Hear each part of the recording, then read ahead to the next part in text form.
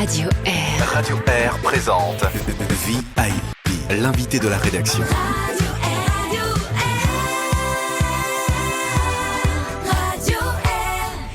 Aujourd'hui, dans VIP, nous recevons Marc Subilia. Bonjour Marc. Bonjour. Alors, vous êtes médecin et pasteur, vous êtes retraité depuis l'été 2011, donc ça fait quelques années déjà, mais il faut dire que depuis 2011, vous êtes resté très actif. Oui, en effet, d'une part par des remplacements occasionnels dans des paroisses voisines ou un peu plus lointaines, et puis depuis 5 ans, par cette démarche qui s'appelle « Offrer des calories pour la vie ». Voilà, ce sera un peu le fil rouge de notre entretien, cette question de calories, d'équité aussi. On aura beaucoup de joie à découvrir ce qui n'est plus un projet, mais vraiment une association qui fonctionne et qui fait des petits. Alors Marc, on va faire un bref retour sur votre parcours. Donc je l'ai dit, vous êtes médecin, vous avez exercé dans un hôpital qui est très célèbre en Suisse, c'est le CHUV, le Centre hospitalier universitaire vaudois. Et vous avez notamment exercé dans un domaine qui vous a, semble-t-il, toujours attiré, c'est la psychologie médicale. Mais d'abord, qu'est-ce qui vous a attiré vers des études de médecine en particulier ? Eh bien, au moment où il fallait choisir, au terme du gymnase, je me disais que la théologie, ce serait en tout cas pas pour moi. Il y avait eu beaucoup de pasteurs dans la famille. Et je pensais qu'il fallait vraiment des éclairs et du tonnerre pour se sentir personnellement appelé. Et je suis entré en médecine parce que la médecine cherche à soulager les souffrances des gens. Donc, c'est quelque chose de légitime, c'est quelque chose d'évident. Ça donne une satisfaction de le faire. Et puis, on apprend, chemin faisant, à se connaître aussi.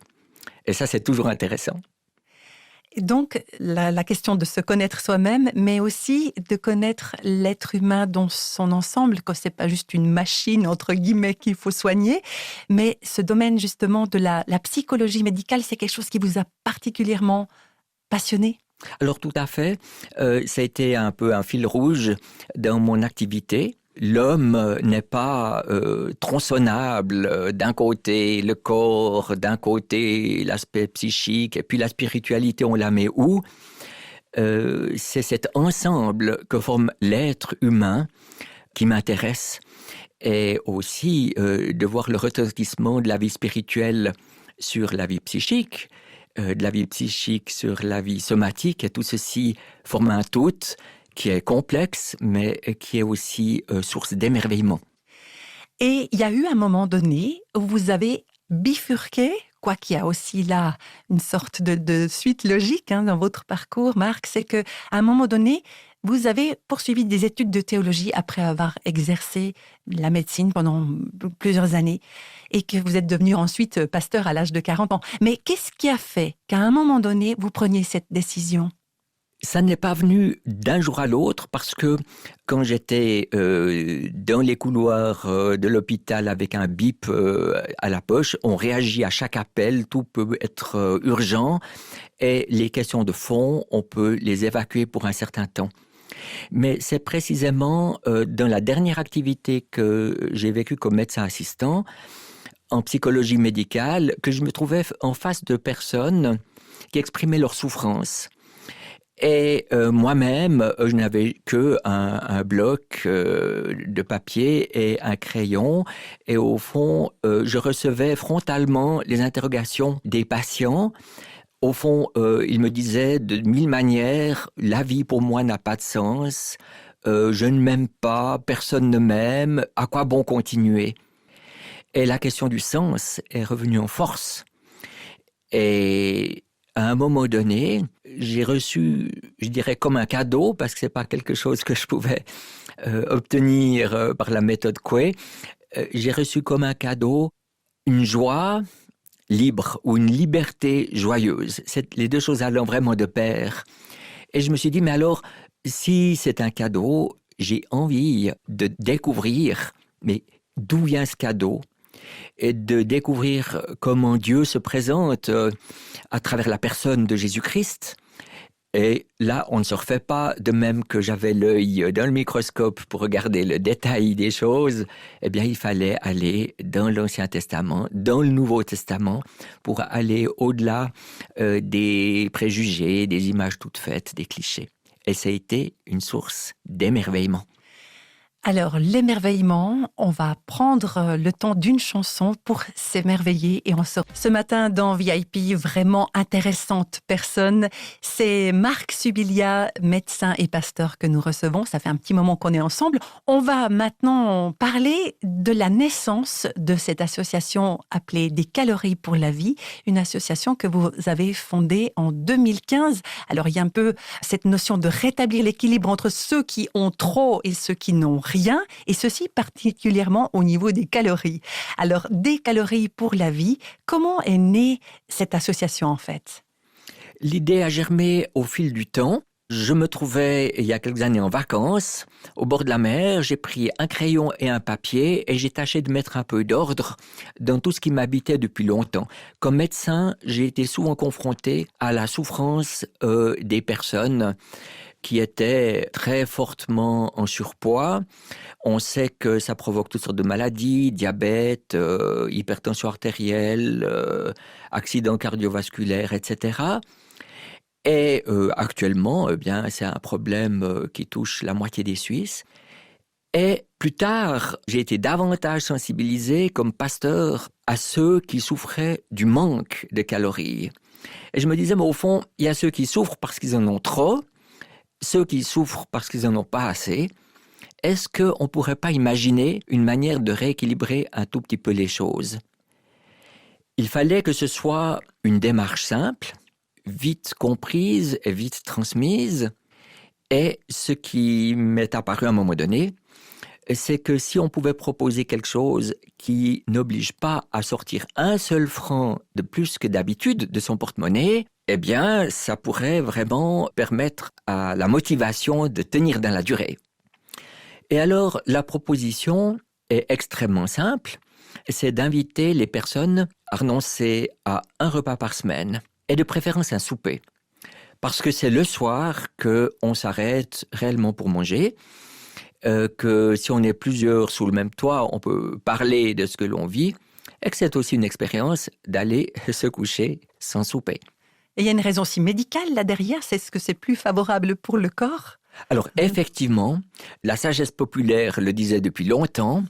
Il est vrai que le matin, on peut manger comme un roi, à midi comme un prince, et puis le soir, alors vraiment très très modestement, on n'en dormira que mieux.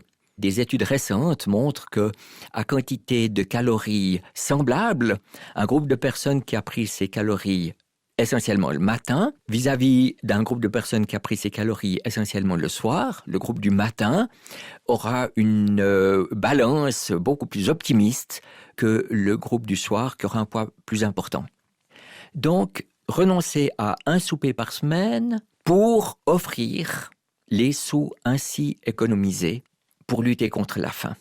Ça représenterait à peu près combien le prix d'un repas ? Vous l'estimeriez à combien ? Eh bien, je l'estime exactement au prix que cela coûte d'habitude à une personne. Lorsque quelqu'un me dit, vous savez, avec mon petit souper, mon café au lait, mes saucisses et mon bout de pain, on ne va pas loin avec ça. Je dis, mais si, on va loin avec ça. Imaginons 3 francs suisses. Imaginons 12 francs au bout du mois, qu'au bout de 3 mois, eh bien, vous envoyez une quarantaine de francs. Dans des pays d'Afrique noire, on sait qu'au Bangladesh et d'autres pays, par exemple, avec 40 centimes suisses, on a un repas qui est l'unique repas de la journée. De la journée, en plus. Et quand il y a une maman avec les 2 petits à ses pieds, eh bien, c'est l'unique repas pour la petite famille. Et on voit que ces 40 francs, c'est largement une centaine de repas. Et que ça permet peut-être de faire la soudure entre une grande famine et la prochaine récolte possible. Donc ce qui pour nous a l'air mincelet, ça fait toute la différence si cela arrive au bon endroit et au bon moment. Donc l'idée, c'est de se priver d'un repas Donc, on ne débourse pas plus d'argent que ce qu'on aurait consommé soi-même. On le met de côté et puis au bout d'un certain temps, on offre cet argent à une association caritative. Et vous en avez sélectionné en particulier 4. Tout à fait. J'en ai indiqué 4 dans la brochure, après m'être entendu avec ces œuvres, pour donner un exemple concret aux personnes qui disent « Mais est-ce que vraiment c'est bien utile? Est-ce qu'on sait où va l'argent ?» C'est des bonnes questions. Voilà 4 œuvres dont le travail est éprouvé depuis longtemps, respectivement Pain pour le prochain du côté protestant, Caritas du côté catholique, MEDER dans la mouvance évangélique, et une 4e qui n'a aucune connotation religieuse, qui travaille très bien aussi, c'est Helvetas. J'ai choisi ce petit assortiment d'église ou hors église, qui travaille dans le court terme ou dans le long terme, pour que chacun soit à l'aise avec ce qu'il envisage de faire. Mais je dis à plusieurs reprises, donnez à qui vous voulez, qui lutte efficacement contre la faim. Parfois c'est un secours au loin, parfois c'est un secours auprès. C'est au fond, selon le désir de chaque personne qui renonce à un repas par semaine, d'offrir cela là où il juge que c'est bon que cela arrive et que ça sauve des vies. On va faire un petit détour du côté de chez Monsieur Brassens avec une chanson qui prend tout son sens, c'est l'Auvergne. Aujourd'hui, nous sommes toujours en compagnie de Marc Subilia, médecin et pasteur, le fondateur de l'association Des Calories pour la Vie. On invite d'ailleurs vous, les auditeurs, à vous rendre sur le site Des Calories pour la Vie, tout en un seul mot, descaloriespourlavie.ch, pour en découvrir plus sur cette très belle initiative. Alors Marc, on peut dire que vous pratiquez vous-même, une fois par semaine, ce jeûne pour offrir le prix de ce repas à une association qui vient en aide à des personnes qui sont dans le besoin, notamment au niveau de cet équilibre des calories, entre ceux qui ont trop de calories et ceux qui n'en ont pas assez, pour pouvoir donner du pain et de la nourriture à ceux qui en ont besoin. Donc c'est quelque chose que vous pratiquez une fois par semaine. Tout à fait. Je dirais que c'est très modeste comme effort, mais justement parce que c'est modeste, c'est accessible et chacun peut le faire sans avoir aucun inconvénient pour sa santé, tout au contraire. Vous aviez déjà pratiqué le jeûne auparavant ou bien c'est quelque chose Non, si ce n'est ponctuellement, pas régulièrement. Et je l'ai fait pendant une année avant d'en parler pour voir comment j'éprouvais la chose. Et je me suis rendu compte que le soir où je vais me coucher sans souper, bien entendu, je ne souffre pas de faim. Par contre, j'ai envie de manger. Et quand j'ai envie de manger, je pense autrement à ceux qui, eux, souffrent de faim. Et je pense autrement à ceux qui, si aucun secours n'arrive, vont pendant des jours, des semaines et davantage finir par mourir de faim. Ce sont au fond des innocents condamnés à mort. Condamnés à mort lente, je ne fais pas le détail des souffrances, celui qui finit par mourir de faim les cumule toutes. Et je me suis aperçu que lorsque le corps est mis à contribution et pas simplement les pensées, je prie autrement. Et je me dis, c'est insensé que dans ce monde qui regorge de biens, les gens, environ 800 millions, une personne sur 10 sur la population de cette terre, dès le matin, n'a pas d'autre préoccupation que qu'est-ce que je vais mettre dans mon ventre et souffre de la faim. Un chiffre tout récent qui nous a été donné, c'est les dépenses mondiales pour l'armement en 2019. C'était 2000 milliards. Il faudrait le 6e de ces dépenses pour l'armement pour éradiquer la famine de cette terre avec la même somme annuelle. Dans l'Organisation des Nations Unies, le département qui s'occupe de l'agriculture et de l'alimentation, la FAO, dit qu'avec 300 milliards annuels, on pourrait éradiquer la famine. Je ne dis pas la pauvreté, je dis la famine et les souffrances et les conséquences directes de la faim. Donc, très concrètement, on a totalement les moyens d'éradiquer ces famines. Absolument. Et cela passe par l'empathie, cette capacité à se mettre dans la peau de celui qui souffre, même s'il habite à distance. Ça part dans un sentiment fraternel, sororel qu'on peut avoir sur cette terre, où on est tous des enfants du même Dieu. Notre Père désire que tous ces enfants de la terre entière soient bien nourris, quelles que soient leurs convictions, quel que soit leur comportement. Et lorsque nous prions, donne-nous aujourd'hui notre pain de ce jour, je me suis souvent demandé aussi dans mon travail pastoral, mais qu'est-ce qu'on fait quand on prie cela et qu'on invite les fidèles à prier? C'est autre chose que « donne-moi mon petit pain chaque jour ». Il y a cette dimension communautaire qui relie tous les enfants du même Père. Est-ce qu'on s'attend à ce que Dieu fasse pleuvoir la nourriture sur nous tous? Il y a un proverbe que j'aime beaucoup de la sagesse populaire qui dit « Dieu nous donne les noix, mais il ne les casse pas pour nous ». Alors on doit continuer à casser les noix. Et il y a tout un travail qui doit être fait, bien entendu, pour que chacun puisse être nourri. Mais Dieu compte sur nous qui avons à prendre soin les uns des autres, et puisqu'il y a bien assez et plus qu'il n'en faut sur cette terre, nous pouvons faire en sorte que chacun ait ses besoins fondamentaux qui soient convenablement remplis. Réjouissons-nous de comprendre que c'est quelque chose d'accessible. Et pour vous qui entendez peut-être pour la première fois parler de cette démarche, offrez des calories pour la vie, j'aurais envie de vous inviter à vous lancer pour un mois peut-être en expérimentant, c'est un défi. Comment est-ce que vous vivez cela de renoncer à un souper par semaine? Et ce qui pourrait bien se passer pour vous, comme ça l'est pour de nombreuses personnes qui nous écrivent, qui nous envoient des mails, on nous dit, mais au fond, il a juste fallu que je m'habitue un peu au début, et maintenant, ça me plaît. Ça me fait du bien à moi. Je pensais que j'allais me ruer sur la nourriture le lendemain matin, c'est même pas le cas. Je me sens plutôt bien réveillé sur pied, content. Et il y a une satisfaction intérieure de savoir que ça soulage des souffrances auprès et au loin. C'était Youssou N'Dour sur Radio Air. VIP se poursuit ce matin en compagnie de Marc Subilia. Nous parlons de l'association Des calories pour la vie.